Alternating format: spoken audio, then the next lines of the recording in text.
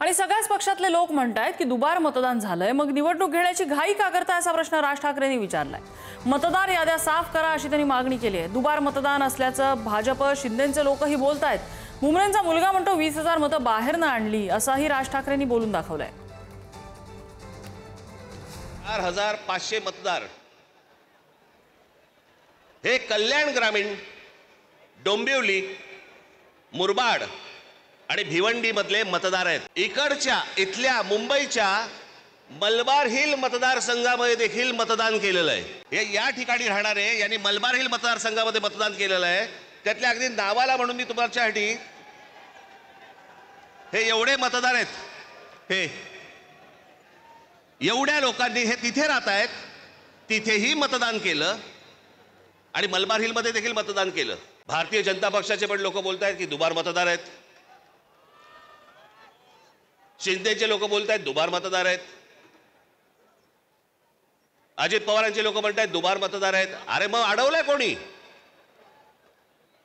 मग हा निवडणूक घेण्याची घाई का करतात? साधी गोष्ट आहे, मतदार याद्या साफ करा आणि मतदार याद्या साफ केल्यानंतर त्या पूर्ण पारदर्शक केल्यावरती मग जेव्हा निवडणुका होतील त्याच्यानंतर यश कोणाचं अपयश कोणाचं सगळ्या गोष्टी मान्य। आजचा मोर्चा हा राग दाखवण्याचा, ताकद दाखवण्याचा मोर्चा आहे।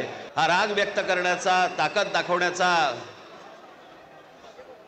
दिल्लीपर्यंत समजण्याचा, समजावून सांगण्याचा हा मोर्चा आहे।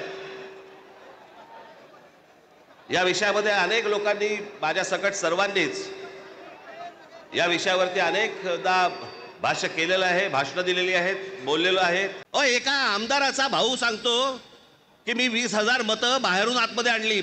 आमदाराचा म्हणजे ह्याची हिंमत बघा, सत्तेचा माज बघा की एक आमदाराचा भाऊ सांगतो की आमदार असतो पैठणचा, त्यांचा बुमरेचा भाऊ ना, हो पण त्याचा बुमरेचा भाऊ ना, तो मुलगा हल्ली कळतच नाही माहिती। या मतदार याद्या तपासताना ह्याच्यातला कोण त्या दिवशी सांगितलं नाही का मी, मुलीचं वय 114, वडिलांचं वय 43, त्या दिवशी काय मला बोलायचं ते मी